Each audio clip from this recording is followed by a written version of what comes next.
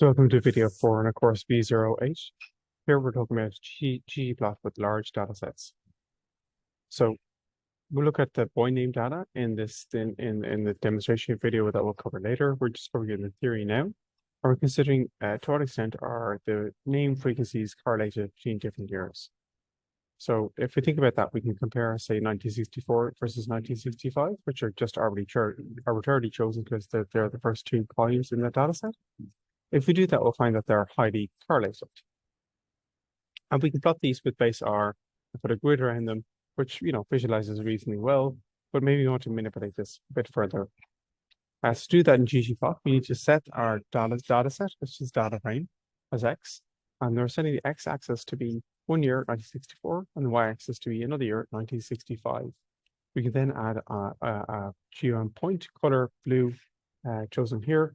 And then we can add things like maybe changing the size of that to be smaller, the shape of that to be different, the transparency to be high, and then turning off a legend that sometimes appear. And if we do that, we'll get something like this. And if we, without for the top part, and then that's the second plot. And we can add more things here. So we can make the scale of the x-axis continuous, so the names appear as the column names for that year.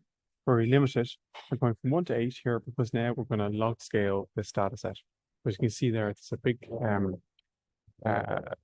mass of distribution points with low frequency names. There's very few that high frequencies names, so scaling it makes sense. And we do the same here for the X and Y axes.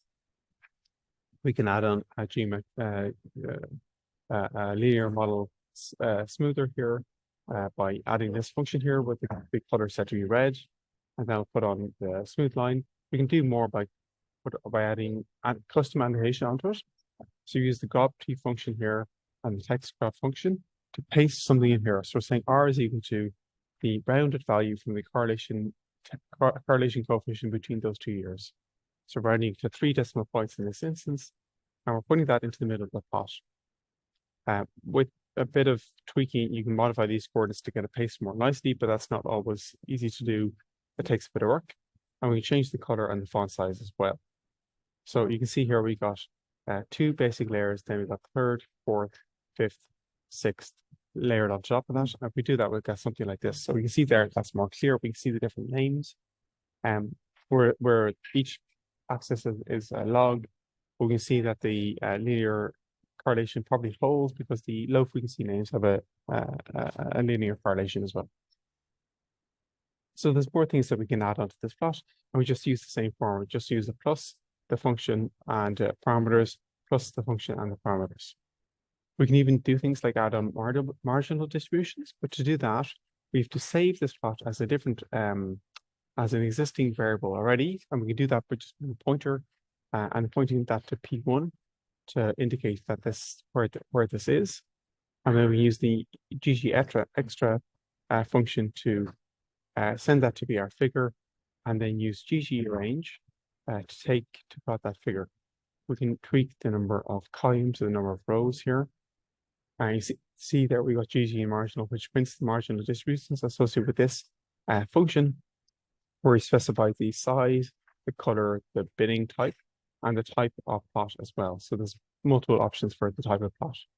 So you can see there we have at the top and right hand side, we've got the marginal distributions plotted there.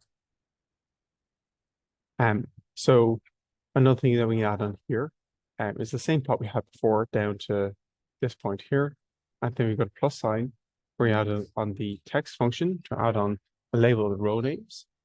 And those are the names of the different frequencies we have in the dataset. We're turning the legend to be off, and we can tweak the size and other things as well if we want.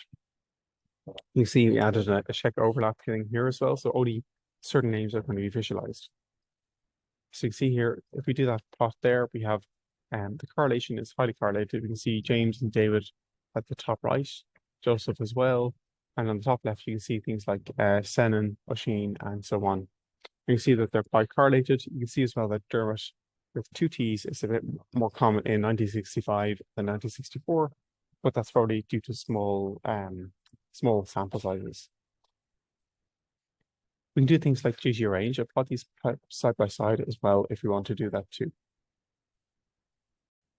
So by having one column and two rows here, we can have top and bottom plots reflecting the differences between 1964 and 1965 and compare 1964 versus 2016, where we can kind of compare more directly the plots, and you can see that they have the same scales as well that we created. So ggrange is a convenient way of doing that. And in the demonstration video, we'll talk about this in more detail. What we'll do also in this demonstration video is make our tidy data. So we have a long form of the data, which is spread out like this. We have the different years spread out as columns, and we have the names here as each of the rows. We make our data tidy, which means that we convert that each row contains a name and a year and a value. So just the three items as we go through. And that means the data is in a long form, which means it is many, many rows, but only three columns in effect. So we use the gather function in R to achieve this. After reading in our data, we set the key as the year, then we have the values. So that means we have name, year, value for our columns, and we use the column names by using this command here. You know that we don't read in the data in the same way, we don't use the data in the same way as we did before, where you moved a certain row and column. And we also have to move the X from the years to make sure that they're in a numerical format for our purposes. So what we'll do with that is be able to subset, say, sets of some samples of interest, because many year entries are zeros and ones and NAs, which may not always be of interest. And we can use this is things like facet wrap.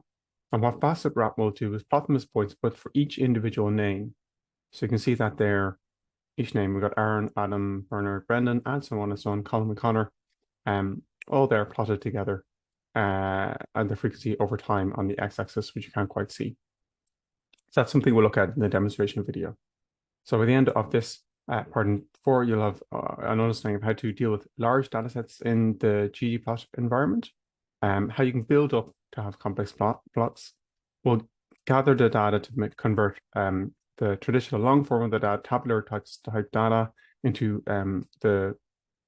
from a tabular type wide data into long form tidy data, and then we'll use facet wrap to plot many names together. So please see the next video where we extend that with gghighlight and ggAnimate.